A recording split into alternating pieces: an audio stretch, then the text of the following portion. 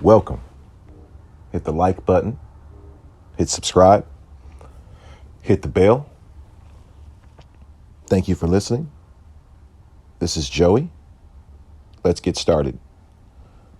I'm going to piggyback off of my last episode where I was talking about how a lot of these anti-Black American sentiments expressed by Black immigrants living in America actually comes from, out of all places, pan-Africanism.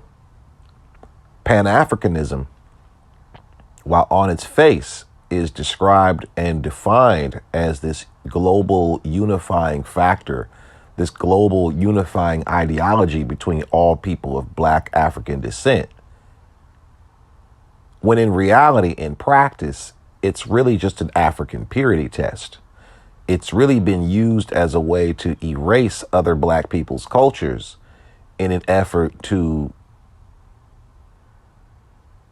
insert them with a generic African culture that's not even really practiced in Africa, right? But let me go on a little deeper about this. See, one thing that I said that was a problem with Pan-Africanism foundationally, that we never looked at in a mature way and said we need to correct this if we want this to go anywhere, was that Pan-Africanism very quickly started sliding from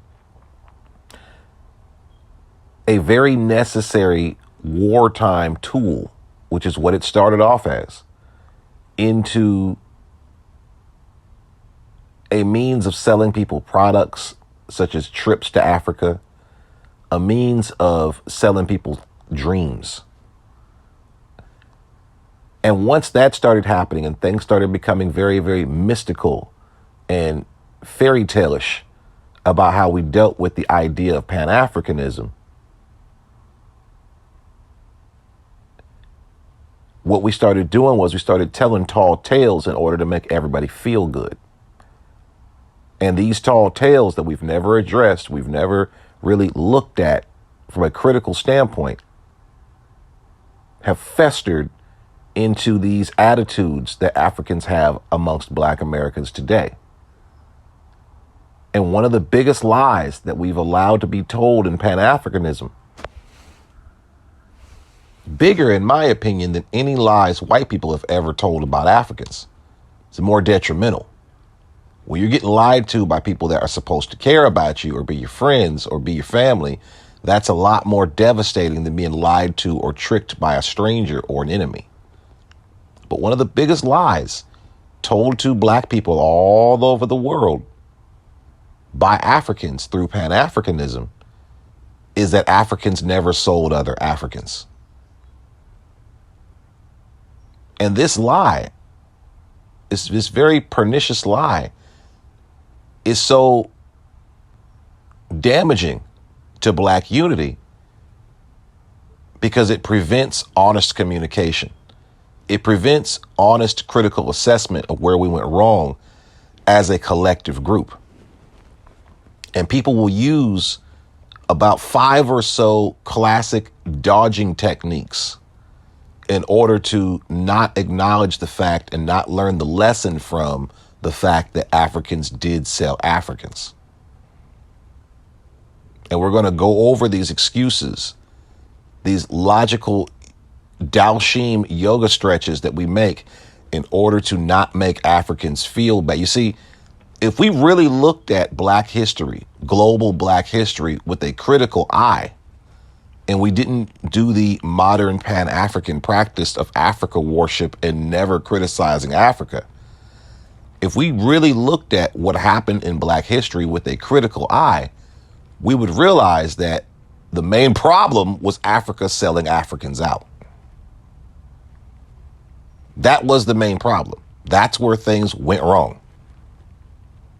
You see,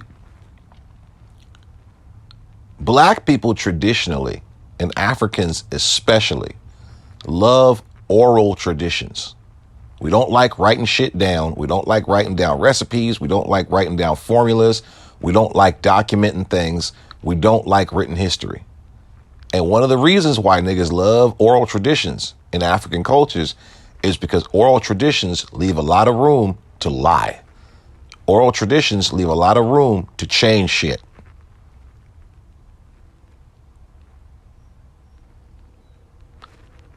Now, you can look at the actual effects of history. You can look at the actual evidence, and it's very clear that Africans happily and gleefully sold other Africans. But in our quest for pride, in our quest to feel good about ourselves as black people, we let these Pan-African scholars, quote unquote, rewrite history just like white folks did and tell us a whimsical tale that wasn't true. Only in this whimsical tale that wasn't true, some people that looked like us got to be somewhat on top, right? Now let's go over what the Pan-African fairy tale tells us, and then we'll get to home team history. It's a black African history scholar. Pan-African fairy tale history tells us that Africa, at some undisclosed point, pre-Whitey, was from coast to coast, every square inch, a roving oasis where nothing could possibly go wrong, right? It was a giant fun land where people would just throw gold and diamonds around for fun. They were tired of diamonds and gold, and no one ever knew hunger. No one, there was no word for jail. There was no word for old folks home. Everything was just happy and gleeful. The murder rate was zero. There was no such thing as poverty. People were tired of eating so good, right? It was just everything was so good. There was no war. There was no conflict. And then one day, the evil white man came. Oh, he was snarling and hissing. His tongue was slithered, and he grew bat wings and shit. And try as you might, despite the entire African continent being so advanced and so well off and so prepared, somehow we just couldn't match the might of the white man's clever war machine. And the entire continent of Africa was somehow defeated. And you as the children of Africa, you were stolen from Africa. Somehow the entire continent and all combined forces and might of every single black person in the world concentrated on one location couldn't stop the might of a few white colonists from just creating an entire assembly line for niggas to be carted about the countries and spread throughout the world. We tried, valiant effort. We couldn't stop them. They were too mighty. That's the story that you're told as a black person about how you ended up out of Africa. It's implied that there was some sort of a war fought in which black people lost. And when you talk to older black folks, older conscious black folks, older black militant, black power, pro-black, whatever you want to call it, black folks, they'll perpetuate this bullshit story through oral tradition. You'll hear older niggas to this day talk about white folks stole you from Africa. No one stole you. You'll hear black folks to this day talking about, they'll critique some sort of aspect to black behavior and go, that's how we lost the war. You never lost a war. There was never no giant race war in Africa that white folks came out on top from. That's some shit Pan-Africanism. That's a notion that people who study and listen to Pan-Africanism spread. There was never any fucking war.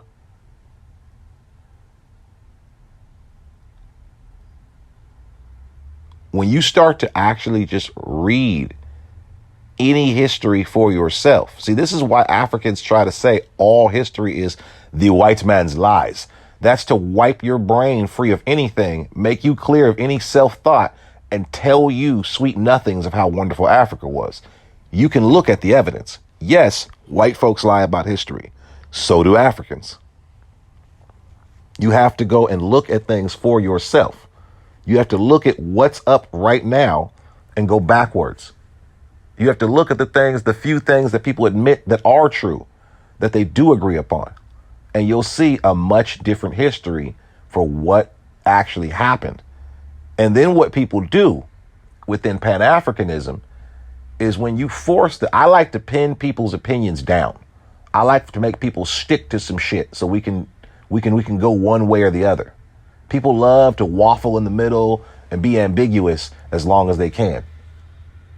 Once you finally get Africans to admit, okay, you're right, Africans did sell slaves happily in history. What's that got to do with now? It has everything to do with now, because your offspring have the exact same attitudes and mindsets as their ancestors that thought it was a good idea to sell other niggas into slavery. You have the same dishonest, disconnected, separate mindset. And I'll prove it right now. One of the number one excuses that you'll hear on a home team history channel, and this is what really disgusts me, rather than just admitting that this is a thing that happened, one of the first things liars do when they want to lie about something is they want to change the very definition of what you're talking about. Because they know in context, if we're using the regular definitions we always use for these things, you know you're guilty of this. If you stole the cookies from the cookie jar, now you want to sit back and ask, well, what is a cookie really? This is a fig Newton, so technically I took a fruited cake from the cookie container. I didn't take a cookie from the cookie jar. Quit lying about technical definitions when you know what we're talking about. See, the number one lie that people like home team history like to use for trying to tap dance out of Africans selling Africans in history is to say, well, Africans didn't sell Africans in history because Africans didn't know they were Africans. What the hell does that even mean? Africans didn't see themselves as African. Okay, here's why that still has basis on even today. Your argument is that Africans were cool with selling other Africans because they saw other Africans that they were selling as not part of their tribe, right?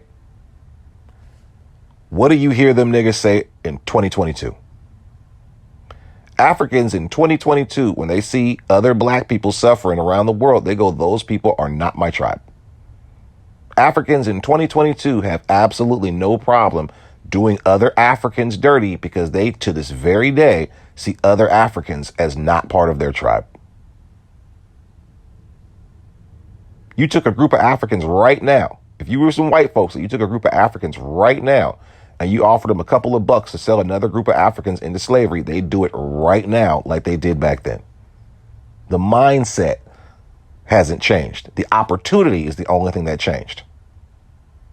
As many broke, poor, starving African tribes as you got in Africa, if you gave them niggas a couple of dollars to sell their brothers, they'd do it right now today. And you know how I know that? Because there are niggas being sold into slavery throughout the Sahara Desert right now. And it's not just Arabs doing it. Arabs are doing the selling, but guess who's rounding niggas up? It's other Africans. It's other Africans.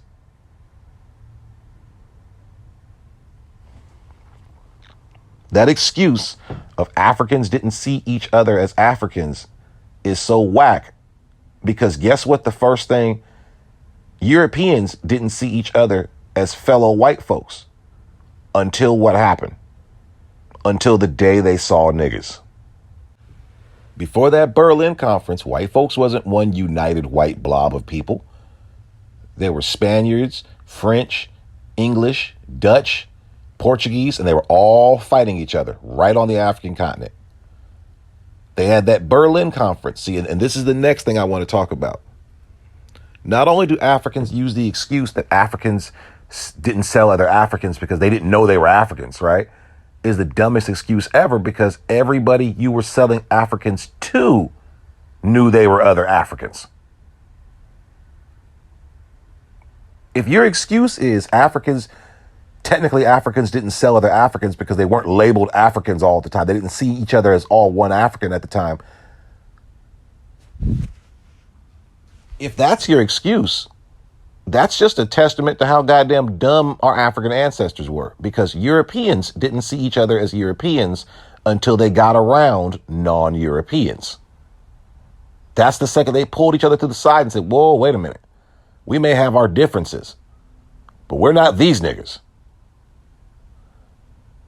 And Africans didn't have the mental capacity, or they didn't have the mental capacity to see through their own personal greed to be able to see the bigger picture. Sometimes when you make an excuse or you make it a lie to cover something up or make something look better, you make it look worse. So that's the first weak ass excuse.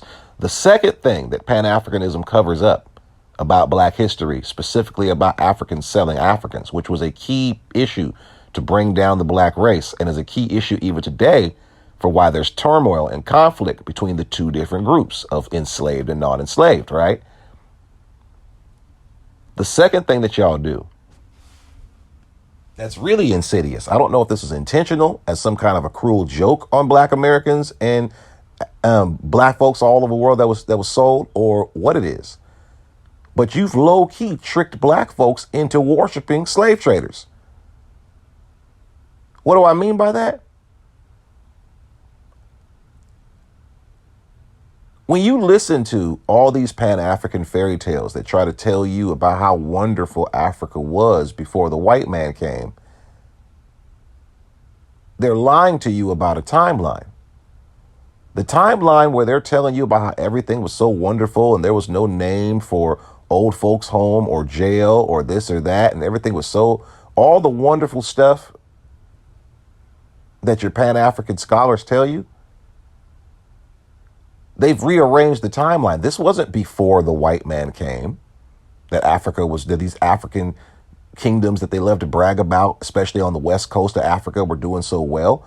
This wasn't before the white man came and ruined it all. This was during the reign of those kingdoms when they were dealing with white people. This is why I said don't listen to African oral traditions. Put names and dates on shit and line things up and things make a lot more sense. When you listen to Africans talk about their glory days of their kingdoms, their glory days of the Akan people, the glory days of the Congo kingdom, when you hear these people talk about these times, look at the dates and look at what was going on in Africa that both Africans and Europeans acknowledge. At these times of these wonderful kingdoms, when you go back and you look at African kingdoms and you look at the Akan people, or excuse me, you look at the Ashanti people. Let's use them for example. You look at the Ashanti people and you look at pictures of the Ashanti kingdoms and they got guns. They're not sitting there with spears and ancient traditional daggers they got guns in there. Where do you think they got them guns from? They weren't building no guns in Wakanda. They got guns from trading with white folks. The same thing that's happening today used to happen back then. White folks would trade off their old army surplus, their old obsolete guns, to some lower level military. Now you see it happen a lot with the Middle East or in certain parts of Europe, usually parts of Europe that end with Stan. But back then, they used to trade that shit off to Africa, and Africa would trade back fucking people and gold and shit like that. That was the deal. And they'd be thinking, ooh, I got a gun. Ooh, I got an umbrella. The times of Africans selling Africans was when the glory days of Africa that Pan-Africans brag on was happening. That's why it was happening. Those African kingdoms were making more money, they thought, than they had ever seen from selling other Africans. That's why they didn't have a name for jail. What the hell are you going to have a jail for in Africa when you can just send somebody off to the white man if you don't like him? You can just send somebody off to fucking exile to the door of no return if you don't like their behavior, or if you just want to steal their land, or if you just don't like their tribe. This was a common practice that Africans saw as very beneficial to them at the time. It was like a new app. It was like Uber. Slavery was like Uber to Africans. It was a convenient little app. It was a convenient little setup that benefited them, and they didn't really give a shit how it worked. When's the last time you ever asked yourself when you ordered Uber Eats, gee, I wonder if this driver's getting paid enough? I wonder if this driver is making enough money to be able to sustain himself to keep doing it. You don't give a shit. You want your sandwich. You tipped. That's not your concern. You already tipped. You ordered your food. You're mad that you paid $30 for a Subway sandwich. But it's convenient. That's how slavery was to other Africans. I'm not being enslaved. I never liked Umbufu anyway. Good riddance to that nigga. And I got an umbrella out of this. This is a deal. Africans loved the idea of selling other Africans into slavery. And we'll get back to that in a minute. They're proud of that shit. Africans were so proud of being slave traders, them niggas passed down the chains that they held the slaves down with in their family to this day. They're proud of that shit. And they're proud of that shit because there's never been within Pan-Africanism. See, there's a lot of shaming mechanisms and shaming tactics built into Pan-Africanism, built to shame people out of being anything other than African. And a lot of it's geared towards Black Americans. But you notice there's no shaming mechanism. There's no shame for any Africans who ever sold Africans. There's no stigma for that. You would think that would be looked at as the ultimate turncoat, the ultimate sellout. You sold out the black race. You're the Judas of the black race. But no, that's always given a pass. It's looked at like, oh, slavery was part of the world. No, you introduced a new form of race-based forever slavery only for your people. That it never happened before in the history of the world. That it never happened before. Slavery was always a part of life as far as punishment, as far as indentured servitude, as far as work. That was the form of work. That's why when you hear in the Bible, when they say slaves obey your masters, they're not talking about Kunta Kinte slavery. They're talking about workers obey your bosses. That was the economy at the time. You'd work for a certain amount of time, pay off your debt, yada, yada, yada. It was debt-based. It wasn't race-based. It was you're a slave right now because you did something wrong. You're a slave right now because you didn't pay something you were supposed to pay. You didn't keep up with your debt. Once you do this thing, your slavery is worked off. Your debt is paid off, like jail. It wasn't you're a slave for the infraction of being a nigger. What's a nigger? This word I made up based on your look. Now get in there. What's my sentence? Forever and your kids and your kids and your kids, forever and ever, always, amen. That's a whole different form of slavery that Africans helped to create. Let's quit dancing around that shit because, oh, they didn't know they were Africans. Europeans figured out they were Europeans real damn quick. They looked at their white selves. They looked at y'all black asses. They looked at their white selves. They looked at y'all black asses and said, we not the same. We got to work together. Black folks did the same thing and said, let me sell my own brother to these strange people. So clearly there's an intelligence or an integrity issue there. There's no way to dance around that with they didn't know they were Africans. And we got to quit dancing around the history that clearly points to you selling other Africans was literally Africa's glory days that they point to within Pan-Africanism. And we've been letting this shit go on since the 60s because niggas don't know how to read. Y'all been praising the King of Benin. Like I said before, you guys watching Black Panther with Dora Milaje running around, not realizing they're referencing the King of Benin and his slave trading female army, his slave capturing female army, his slave raiding fucking female army. And we're looking at that like that's something proud because that's a proud image of a black person. I come from kings and queens. That's proof in and of itself we don't really know our history like that. And these Pan-African fairy tales don't help things. They don't help things at all. So brief recap. We got Africans didn't sell other Africans because they didn't know they were Africans, which is a dumb excuse. We got, we're going to lie about when this slave trade was going down and point out the glory days to you and not point out that that's when the goddamn slave trading was happening at its height, right? The next thing that we use as an excuse for Africans selling other Africans is usually our slavery was different. right? Or, oh, the Africans didn't know what kind of slavery they were putting you in. They thought, like I had just said, that it was the indentured servitude work job kind of slavery where you could work it off for a few years. And then, all right, two things about that.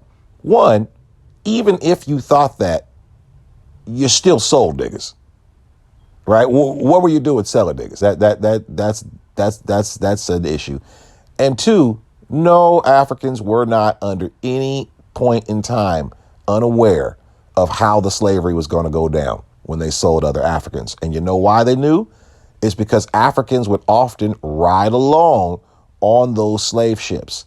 Africans, when the police pull me over, they do not ask if I'm African or if I'm Black American. Nigga, back then when the police pulled us over, we were on the bottom of the slave ship stacked like plank wood. Those Africans were walking on top of the deck with these white folks, enjoying the sights, going off to school in London, going off to school in Europe.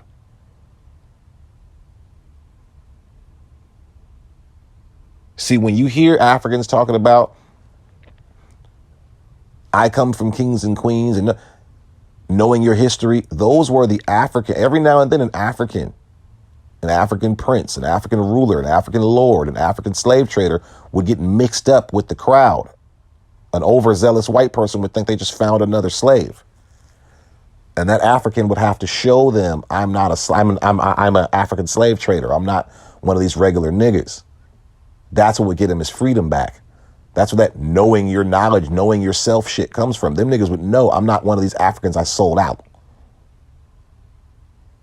It was quite common for slave traders to become enslaved, especially when things started getting scared. I'm not making shit up. There's whole letters from the King of the Congo to the Portuguese saying, hey, man, we had a deal. You were going to just get rid of this many Africans in my tribe. I'm looking around, man. It's damn near empty in my kingdom. You got white folks up here just kidnapping people. That's where shit started to get stolen when white folks started to become more desperate for African slaves. And they started getting greedy. But no, wasn't nobody stolen initially. Africans made deals to sell off other Africans.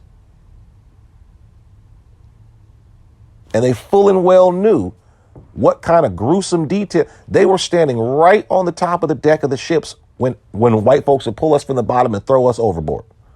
They were standing right there with the full condolence when your kids and your women and your mothers and your aunties and your grandmothers were being raped on the top of them boats. They knew the whole time. The next lie you get told about Africans selling Africans from people like Home Team History is that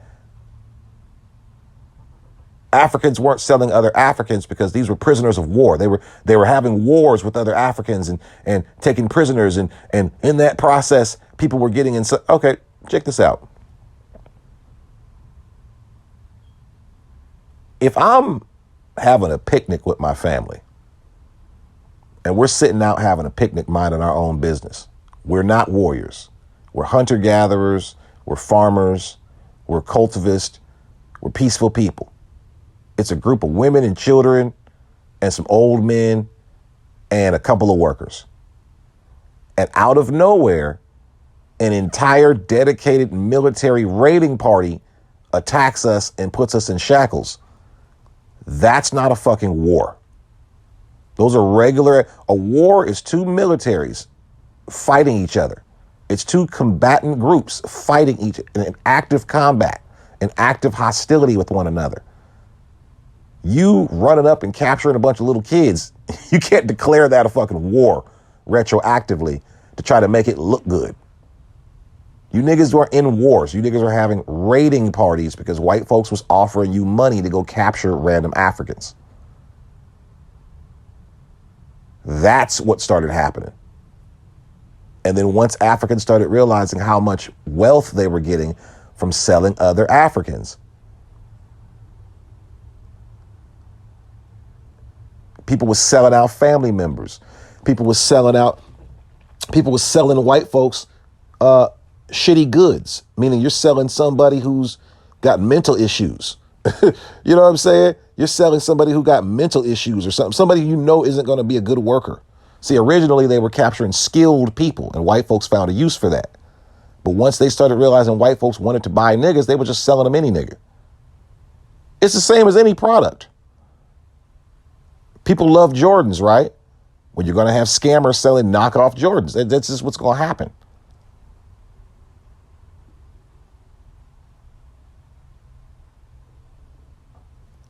There were no damn wars. There was raiding parties.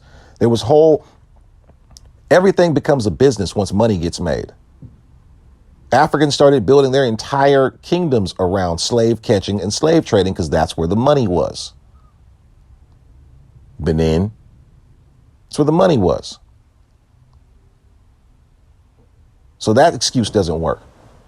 So Africans not knowing they were Africans is not a good excuse. Africans they were in war, shitty excuse. Africans didn't know what kind of slavery they were slaving people into, shitty excuse. None of these things are good excuses. None of these things make any kind of sense. And let me just go revisit something just to kind of reiterate. I think I've said this before, but it definitely bears repeating. If you want any further proof, because I love to use people's own words to bust them up in their bullshit, right? If you want any more proof that Africans selling other Africans was the glory days for African kingdoms, the very glory days that pan-Africanism preaches to you about how good things were in Africa, in reality, that was the times when they were selling Africans, right? If you want any more proof of what I'm saying, look at Africans' own words. Now, I cannot pronounce this woman's name, but she's she was one of the African Union ambassadors from Zimbabwe. I think her name is Ariana Champung. I ain't gonna even try to pronounce it. Now, for the record, I actually like this woman. I like a lot of the stuff she says. And like I've said before, I think Zimbabwe Africans are usually some of the best Africans. You guys are some of the most peaceful, loving, friendly Africans. We don't have a history as African Americans. We don't have bad blood with Zimbabwe Africans. We don't really run into Zimbabwe Africans a lot. And the few times we do, they're usually very friendly, very pro-black, very genuine in their black unity approach. So don't think if you're from Zimbabwe that I'm shooting shots at you, what I'm about to say, but we got to keep it factual. And I'll try to post how to spell her name because you guys know what I'm talking about. If I put a picture up of her, you guys know what I'm talking about, but I honestly can't pronounce her name. But she was using the Berlin Conference talking African history, and Africans love talking about how the scramble of Africa carved Africa up like a cake and all this kind of stuff. But here's the problem with that. And this is why I said all you have to do to see the bullshit is just simply lay a timeline down, right? When was the Berlin Conference?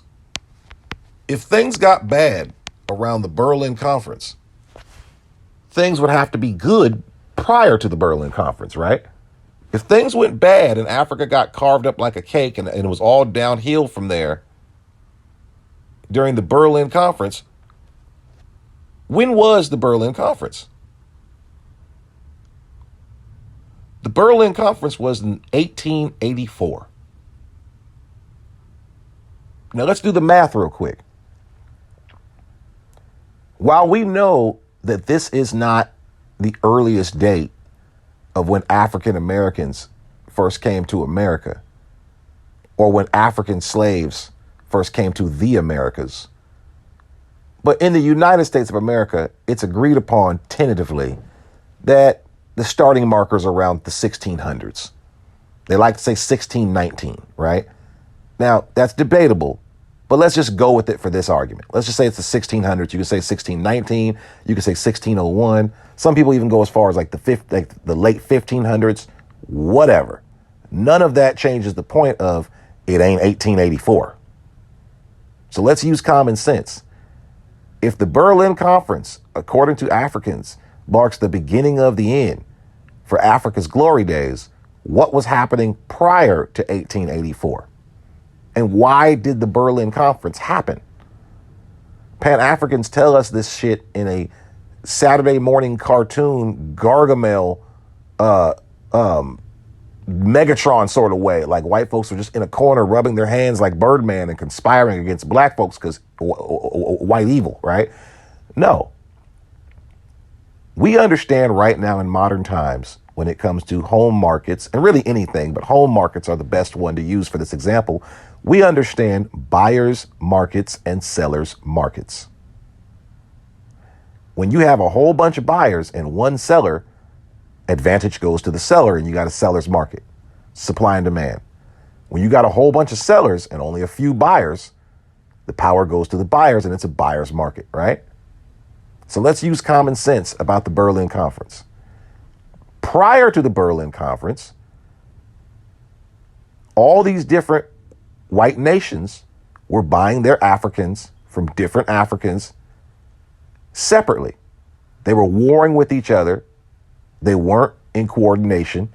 And that was a net benefit to Africans because you could only buy Africans from Africa. You could only buy certain types of Africans with certain types of skills from certain types of areas. And those African kingdoms had the lock on selling Africans.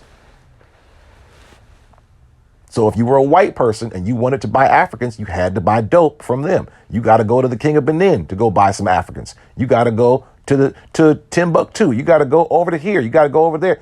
You couldn't buy them anywhere else. So it was a seller's market. You had all these different buyers, France, Portugal, Spain, the UK, et cetera, et cetera. You had all these different competitive buyers driving the price up. And you had one or two sellers, a few African kingdoms that had a lock on how to get their slaves. This made the price of slaves very expensive. Compound that with the expense it took from transporting slaves. This is why some of the biggest companies that made money off of slavery in the early days were insurance companies.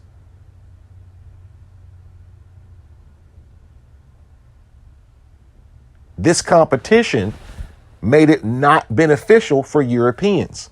So what did Europeans do? They came together like the New Day Co-op in The Wire and said, hey, look, we need to put all this bickering we got going to the side. These Africans are playing us like fucking fools. Let's sit down and have a conference and figure out who's going to take what territory in Africa and who's going to do what so that we can buy as a group. So that we can not compete, but cooperate. So we can turn the tides on these niggas playing us against each other like they do. African kings could go, okay, France, you don't want to buy these slaves at this price that I set for you? That's cool. I'll go holler at Portugal. I'm sure they'll be looking to buy some slaves. And France will go, no, fine. We'll buy it for your price. But now, as the King of Benin, you can't do that. I can't say I'm going to go talk to Portugal. I'm going to go talk to the UK. I'm going to go talk to Spain. Because they're all talking as one now. And now France can go, lower your price for these slaves, or none of us are going to buy this shit. And who else are you going to sell slaves to? We're tied together. Like the US and China right now. Who else is going to make your stuff? Who else is going to buy your stuff? We got to work together.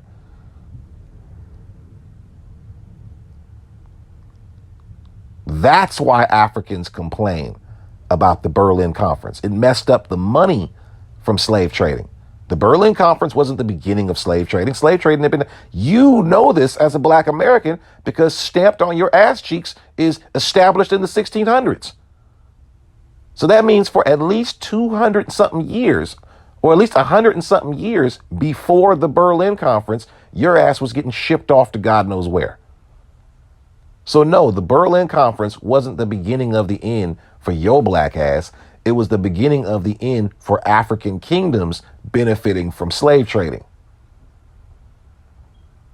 So you're sitting here listening to Africans through pan-africanism bemoan how they lost the slave trade as a product of the slave trade. And no one's ever looked at that and said, wait a minute. The Berlin Conference was in 1884. 100 and something years after you guys had been long since slave trading black folks off throughout the world. That's what y'all's complaining about. If the Berlin Conference never happened, slave trading would still be going on. It's just that black Africans would be the main beneficiaries still. Just wanted to revisit that. That's proof in the pudding that slave trading was Africa's glory days. That the African glory days that they try to push to you in pan-Africanism was during the slave trade. It's a mockery of you. They've tricked you into cheering for them because you see yourselves as them, but they've never seen you as them. It's an identity and association game that they're playing on us. They knew what kind of cruelties were entailed for the slavery we were heading into. They were cool with it. They'd never had an umbrella before. And they're completely unremorseful. To this day, they're proud of it, which is why, and let's tangle it to modern times, what's the first insult that an African's going to throw at you? Is that you were a slave. Remember when, if you're listening to this channel, you remember Wi-Fi gate. You remember the woman on Twitter that was arguing with an African and said, I'm not even going to argue with a nigga whose Wi-Fi is finna be off in a minute. What came after that? What came after that? It was a whole lot of slave talk. That's why we traded you niggas in the slave trade. That's why I traded you for a mirror. That's why I traded you. Now I want you to think about it for a minute. Think about the mentality of a person who's living in squalor, who's living in a country. There's no exceptions. All 54 countries in Africa are complete shitholes if you're black. Complete shitholes. Economy's messed up, no military, no defense, can't protect your natural resources, can't protect your animals, can't protect your people worldwide, right? All bad. But imagine being able to reflexively hang your pride hat on, at least we used to sell you niggas. These are the things that Pan-Africanism has been putting a nice little coconut shell decorative wallpaper over and not addressing. Pan-Africanism, through whimsical fairy tales and stories that'll make you feel good about your blackness, has managed to cover up actual history. And that cover up, that unhealthy dosage of African pride made up on fairy tales, is what has Africans walking around feeling emboldened to talk to you like that. Ain't got shit to do with no black unity.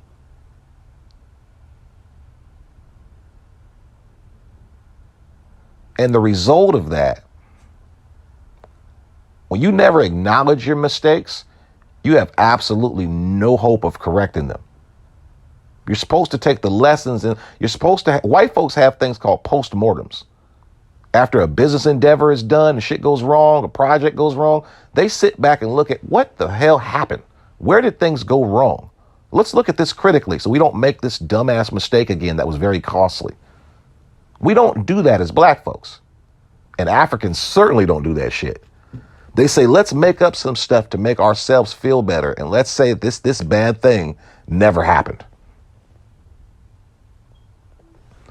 And Africans' repeated and constant attempts to not acknowledge this shit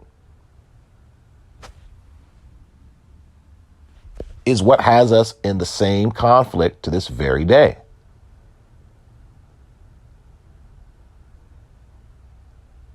And you go, what's slavery got to do with Africans versus African Americans? What's the dividing line? Everything comes back to slavery, no matter how you slice it. Because the second we get to trading insults, guess what's getting pulled out their back pocket? Despite the fact that when you really look at it, you ended up worse off. There's a lot of things you got to do, and you got to convince yourself to make yourself feel prideful as an African based on what happened to you. You got to honestly be able to sit there and go, ha, ha, ha, you are a slave, Akata. And then someone goes, nigga, you were colonized. The second they ran out of useful Africans to ship off, they started having you niggas bust rocks and shit. Like, what are you talking about? Somebody explain the difference. Okay, somebody explain the difference between slavery. Again, I said this before. A rose by any other name but smell is sweet. So the difference between you being enslaved and you being colonized is you get to get forced to work on your own homeland? Like, that's what makes you feel better about you being colonized over being enslaved? That's what makes you feel like you can point your fingers and laugh? You're literally sucking the piss out of a cow right now so you can dye your hair orange, right? You're drinking water out of a shitty ravine that your uncle just took a shit in 5 minutes ago. You don't got heat. You don't got running water. But you want to point at someone for being a slave, right? You could get raided at any point in time by a couple of goats herdsmen from a Fulani tribe at any point in goddamn time, just like it's 1850. But at least you're not a slave. Yeah, you were. Yeah, you are. You're being forced to dig up cobalt with your bare hands right now in that mountain. What are you talking about? You're not a slave.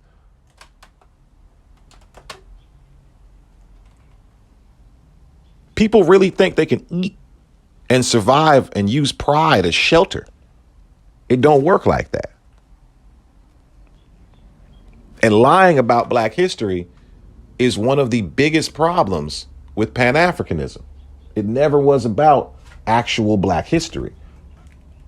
And we use these weird ass technical arguments to try to make it seem like a thing that clearly happened, that was clearly pivotal, that was clearly foundational to our history,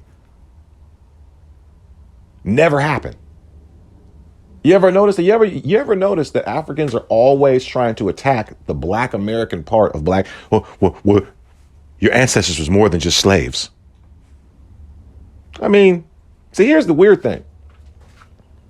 When other groups go through slavery, it's used as the key aspect of their other people's tragedies, and how they overcame them are the key things that define them.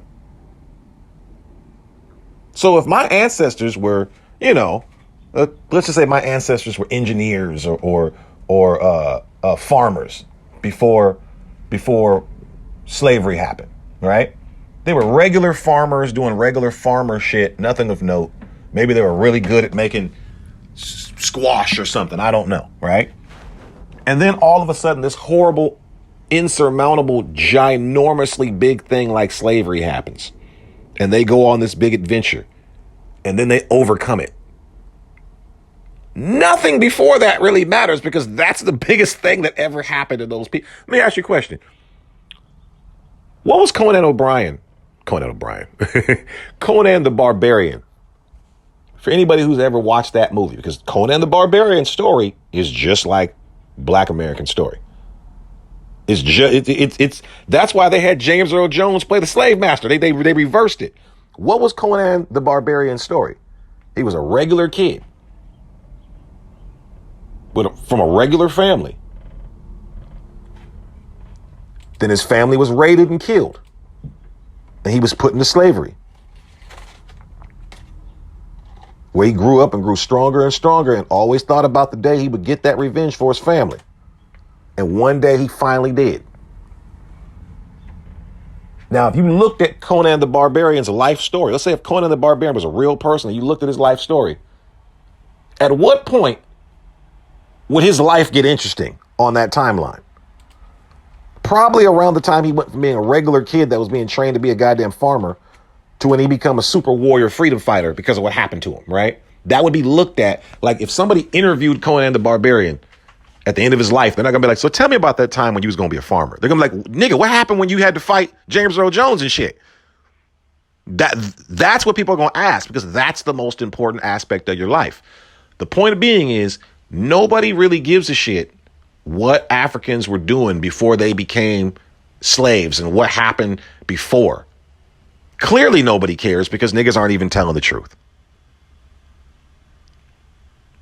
This story is a big, big story that has heavy implications, heavy impact on how we are now. White Americans still talk about how they were under red coats and red coat rule because they overcame it. They're not, we're not on that old American shit. White folks still walk around here with damn revolutionary era hats and shit and be drumming. Like, white folks still reference that stuff now to this day. Everybody does that. You speak to the French. The French still talk about their French Revolution and how things were before that. What's the first? Oh, look at this. Look at black folks. Well, your history got more than just slavery. You can't be talking about slavery all the time. What do Jews say? Never forget. Never again. Right? Right? They don't be like, oh, man, we could talk about that Holocaust shit. Y'all niggas still on that Holocaust. Nigga, man. Y'all tripping, man. You still talk about that Holocaust. Nigga, that was 2 whole wars ago. Nigga, why you bringing up old shit? No, it's a pivotal part of what formed them into who they are. Africans don't be wanting black Americans to talk about slavery because you realize very quickly, if you look at it with a critical eye, that Africans was some pieces of shit in that manner. None of that would have been possible. No conquering is ever possible without turncoats and sellouts. I don't care how big and bad the army is. People let white folks into Africa. People was making deals with white folks. White folks didn't come in and conquer a damn thing. Nothing. They were let in. And then you got double crossed. And to be honest, you didn't even really get double crossed. To keep it funky, and it pains me to have to say this. It pains me to have to say this. But to keep it funky, you was screwing over the white folks and they figured you out and came back around and bopped you. That's what really happened. You was selling slaves to the highest bidder. Good business. Good business. But you didn't adapt to the times. White folks smartly conglomerated together and came together like the New Day Co-op and started buying as a group. And when white folks started buying as a group, your value went down. And then when white folks turned around again and said, hey, and this is the most important part that I want black Americans to understand. This is backed up by, there's actual documented wars of this. And this is something that Pan-Africans don't talk about. And I'm curious to know how all this black history through Pan-Africanism has escaped black people. But this is important. Not only, and this is the biggest lie that home team history likes to push out that I want to dispel right here and now. This is very important to understand. Not only did Africans never fight a war to stop slavery. Again, pains me to have to say this, but like Dave Chappelle once said, the white man's the ultimate trickster. You walked right into this shit. Not only did Africans never fight a single war to stop no slavery, unless it was somebody getting captured from their tribe or something like that. But not only did Africans, by and large, never fight a war to stop slavery, Africans fought wars and lost them, of course. Africans fought wars in order to uphold slavery. You see, at some point, now I don't want you to think I'm saying that whites were just so good they wanted to end slavery and blacks wanted to just keep it up because black evil. It's not what I'm saying. What I'm saying is at some point, remember, slavery was beneficial to the African slave trader. Then white folks came with 2 deals that messed up the hustle for them. The first was the Berlin Conference, where they said, hey, you're not going to be able to play one white person against each other no more. We're all buying as a group. So you're going to buy from this price or we're not going to buy. You can't go play the Portuguese against the French and the French against the Spanish and the Spanish against the Brits and the Brits against the Welsh and the Dutch. Nope. We're all one buyer. That drove the price down. Imagine selling your house and it go from 5 potential buyers to 1 nigga. You had 5 potential buyers that wanted to buy your house and the price is going up and up and up. And now all 5 of those buyers have conglomerated and become one property developer. And they're giving you one price. You can take it or leave it. Not only did Africans never fight a single war to stop slavery from whites, but the second thing that white folks hit y'all with that messed up your hustle after saying we're all going to buy as a group, the second thing white folks hit you with was they said, you know what? I do believe we've reached Negro capacity in all our little colonies out here in the world. We don't need to buy from you guys no more. These black folks, we got so many of them, they're humping and bumping and creating free slaves. It's like buying plants and then cloning them. And then the plants have seeds and they make more. I don't got to keep buying plants from you. This is another thing that proves that Africans weren't really as smart as they claim they were. because you didn't see that coming. You didn't know that slaves could have babies. See, this is why Arabs, when they would have slaves, they would make them what? They would castrate them. You don't ever really want your slaves reproducing. Then they can overrun you.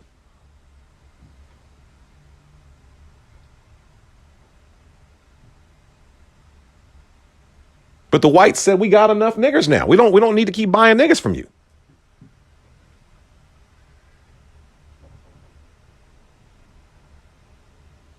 You don't believe me? Again, look at the dates. Look at the dates and times when, and watch white folks, got to watch the words. Look at the dates and times when slave trading was outlawed, where you could no longer sell and buy slaves and distribute them across the world. That was when white folks said, we got enough, we got enough niggas. And they knew how to cleverly spin that into good PR and say, we're going to stop the slave trade. Really, they was cutting the Africans out the deal. They were still breeding slaves. They just outlawed the slave trade, the international trading of slaves. White folks was going out there with boats, pulling over slave ships, doing that shit for good PR. They're so slick, right? Hey, we stopped the slave trading boat. Carl, it's me. Remember shut up. We stopped the slave trader, right? They were doing that shit for good PR. But in reality, they were cutting the Africans out the deal. We've reached capacity. We don't need you no more for this deal. When that started to happen, that's when you had the Ashanti Kingdom turning up. That's when you had the King of Benin turning up. You'd have messed up their whole economy now, which low key was probably part of the plan from the beginning, but that's another story. Africans were upset when the slave trade ended. That messed up all the money. They didn't have any other thing they were doing to trade with the world at that point in time other than sell their sell their goods at the lowest possible bidder. They're a wholesale factory. When you look at Africa and you look at the way the world look at Africa, half the countries are named after shit they just took from. Oh, that's the Gold Coast. That's the Slave Coast. That's Nigger Hut over there. That's the Ivory Coast. They don't talk about the people and what the people do. It's because that's how people knew you. You sold your shit for cheap. You didn't process nothing. You didn't refine nothing. You didn't create nothing. You just sold the raw materials, including the people. All the people that would do the actual shit. This is how goofy a lot of Africans were. All the people that would do all the stuff that would add value to the products and the raw materials you have, i.e. the people that would produce actual items from the raw materials, the people that would refine the things, the craftsmen.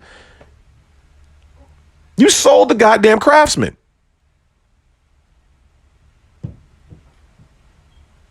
So while you sold the craftsmen, that's what helped build these white nations up. And then when you sold all your craftsmen, we just want your goods now. You don't know how to do anything with this shit.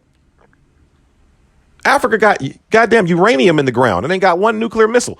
The second you got rid of all your craftsmen, and this is going to sound kind of mean, but it is what it is, because white folks got documentation of saying this. All they could really colonize you with was just to pick up and pack up your natural resources. They couldn't use you guys for a single skill. And this is another reason why a lot of Africans hate black Americans. And again, it's tied to slavery. White folks would be talking shit. White folks would let them know, yeah, we got all the good niggers. They're all in America. All the good, talented niggers are in Europe. We already enslaved all of them. We had to pick those niggers up. You guys are the people we didn't select for the basketball team. Bet you wish you was a little bit taller. Wish you was a baller, right? You always last to get picked, and in some cases never picked at all. That's gotta suck. That's gotta suck to know you weren't good enough to be a slave, right? That's like being told by Nick Nolte, you're not even a nigger, you're an African, right? That's gotta suck. And that notion has built up hostilities from Africans, from African Americans for a long time. Because Africans don't look at black America as much as they say, oh, you a slave, baby, you slave, a caught on rape, baby. Deep down inside, and honestly not even that deep, they be jealous They'd be jealous that they didn't get to go through the patches that made it into the Americas, that made it into Europe. Now you're having to go risk enslavement driving through the Sahara Desert to get to Europe.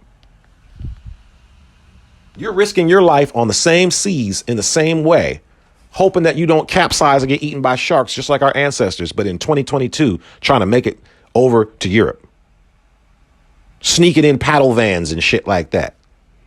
Clinging to the bottom of airplane wheels to get somewhere that we ended up forced to go kicking and screaming, that we built. That's embarrassing for y'all.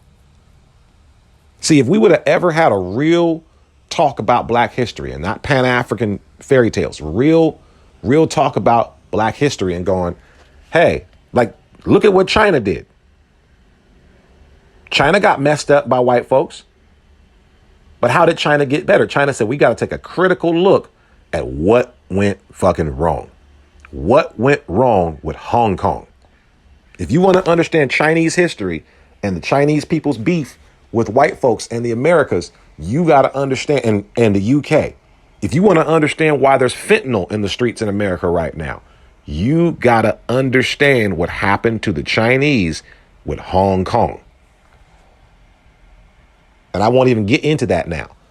But the gist of it is that the whites took over Hong Kong, made it a port to trade all their drugs and shit, and forced all them Chinese on, what do they call it, chasing the dragon?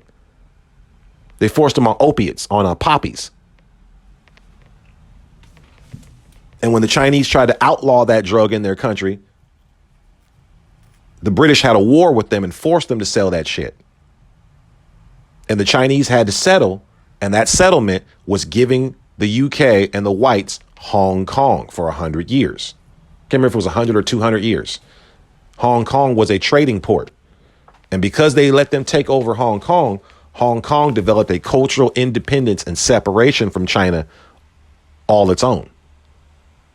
The people that are from the Chinese people that are from Hong Kong don't consider themselves Chinese. They haven't been under Chinese rule, Chinese authority for years. They've been openly dealing and trading with the UK and the Americas and the West for years. And it all happened because of chasing the dragon, getting them on drugs. They remembered that shit. It all happened because they let people into their country. So what did Chinese people do? What did the new Chinese government do? There was a whole war over this. That's why you have China and you have Taiwan. Or excuse me, China. That used to be the original Chinese government. They got pushed out. They said, we got to do things differently. Your old ass school way of doing things don't work. And we definitely not rocking with the West. We independent. We're going to close our, but this is what China did. China said, we're going to close our borders and close our economy to outsiders completely. We're not doing no business with you niggas. We're not talking to you no niggas. We're shutting down. We're going to reopen under new management. The China you see today is not the China from yesteryear. They learned their lessons. And the way they engage the world today, especially the way that they engage the West, is all based off of the history that they had with the West. They acknowledged their history. What they didn't do was start telling a bunch of Chinese folklore to make the people feel proud of themselves and ignore the goddamn problem.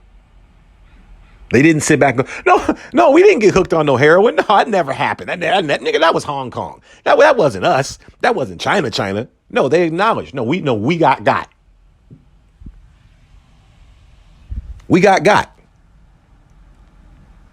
You get beat up by somebody, you can sit there and lie to yourself and tell your friends and family, well, I didn't really get beat up. And you can cope with it. And over time, you'll probably get used to thinking that, no, I didn't really lose that fight. Or you can go home and fucking train. And you can use that ass whooping as fuel to remember, I ain't gonna never let that happen again. I ain't gonna never let that. Herschel Walker is a big crispity crunchity coon. But one thing I love about his story is when he got beat up as a little kid, he said, I ain't never letting that shit happen again. And that shit motivated him for every push-up, every sit-up, every crunch. Next nigga that come try to bully me, he gonna get the fight out of his world. You get better from problems by acknowledging them and working on them and eradicating them. You don't get better from problems by denying that they ever happened to make the people that messed up feel good about what happened. You Africans most definitely sold slaves. It has a huge impact on the relationship between Africans and African Americans today, because the disrespect is rooted from that.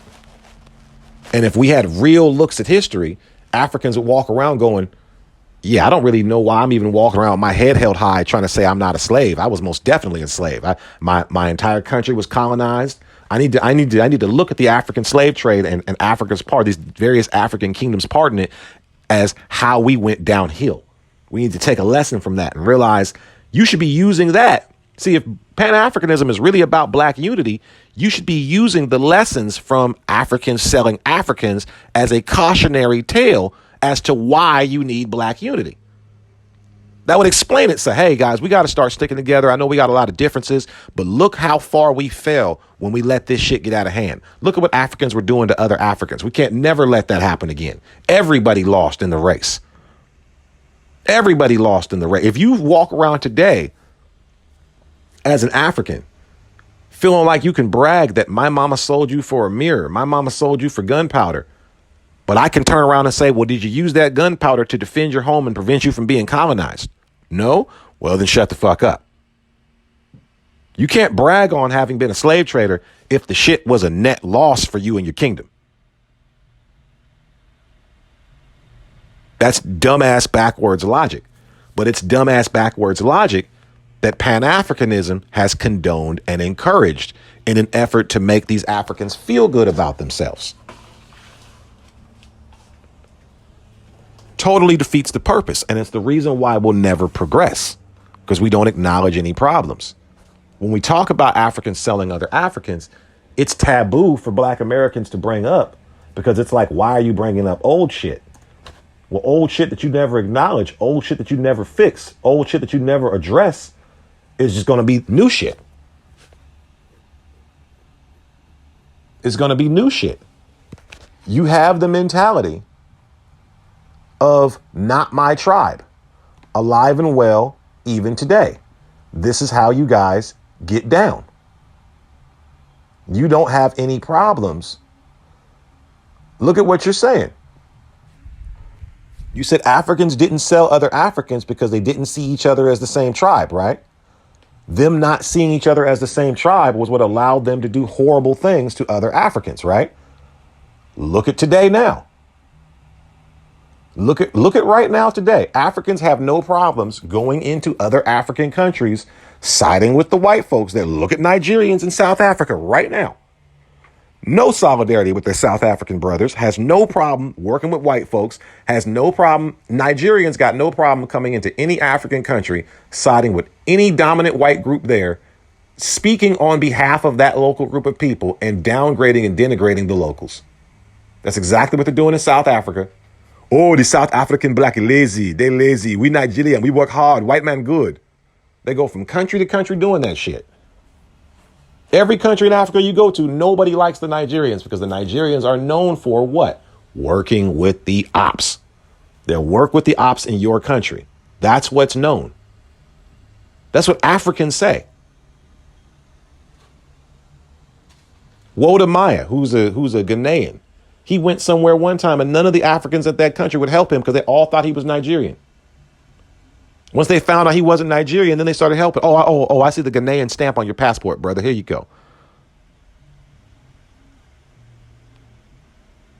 That don't come from just xenophobia. That comes from reputation. You got a reputation of working with them folks. Nigerians are always wearing a wire. Let's keep it real.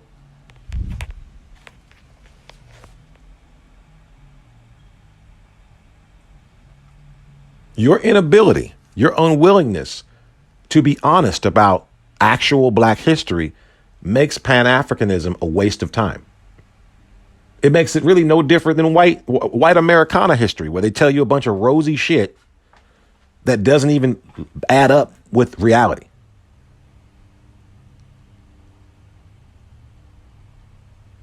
It's like when people tell you dinosaur history and you're like, human beings and dinosaurs weren't around the same time, and they just make shit up to make a story fit.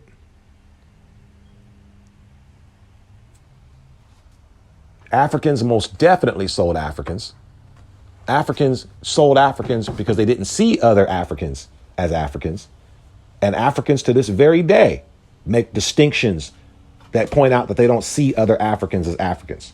If your entire argument is what made Africans sell Africans was they didn't see each other as each other, and then you look around today and you see Africans with their little noses in the air with that fake pride talking about you're not a real African. Okay, you hear Africans in 2022 talking about, oh, we need to do this to the black American. We need to do that to the black American. These niggas would put us in slavery again today if they could. So yeah, I'm banging on home team history right now because I really don't like the insistent lies about that. If you place yourself as somebody who's supposed to be teaching African history, then you have the burden on you to keep it real. Otherwise, you're a propagandist just like the white folks. Signing out.